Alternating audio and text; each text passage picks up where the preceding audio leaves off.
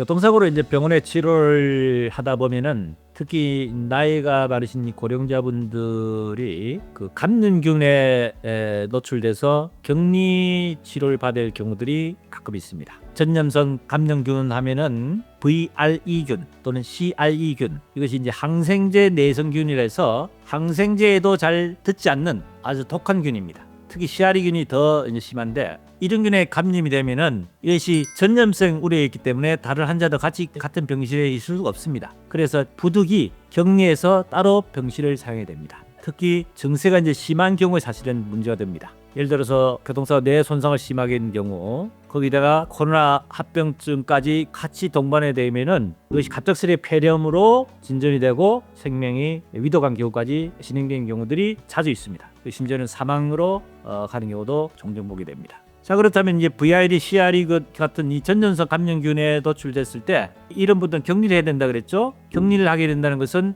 결국은 이제 상급 병실을 사용해야 된다는 얘기입니다. 통상 자동차 보험회사에서 인증하는 병실로는 일반적인 대중병실입니다. 보통 이제 5인실, 6인실을 이야기하는 겁니다. 이런 감염성 균에 걸린 분들은 어차피 같이 병실을 사용할 수 없기 때문에 상급 병실을 쓸 수밖에 없고, 상급 병실이라는 것은 1인실, 2인실 이런 걸 이야기하는 거죠. 그런 상급 병실을 썼을 때 비용을 과연 부담을 누가 하느냐 하는 것이 문제죠. 이 병실에 대한 규정은 그 병원의 병실 사정으로 인한 경우에 있어서는 일주일간만 상급 병실을 인정하도록 되어 있습니다. 그런데 치료상 부득이한 경우에 있어서는 기간에 관계없이 상급 병실에 대한 부분을 보험사에서 지불하도록 되어 있습니다. 자, 그러면 조금 전에 말씀드린 이런 감염균은 치료상에 나타나는 병명이라는 얘기입니다. 이거는 사고로 인해서 어쨌든 치료 과정에 나타나는 바이러스 균이란 말이죠. 그럼 격리에서 발생하는 상급 병실의 부분은 당연히 환자 부담이 아닌 보험회사 부담하는 것이 맞겠죠. 대체적으로 이런 경우에 있어서 병원에서는 이 상급 병실의 부분은 보험회사에서 치료비 지불을 하기 때문에 특별히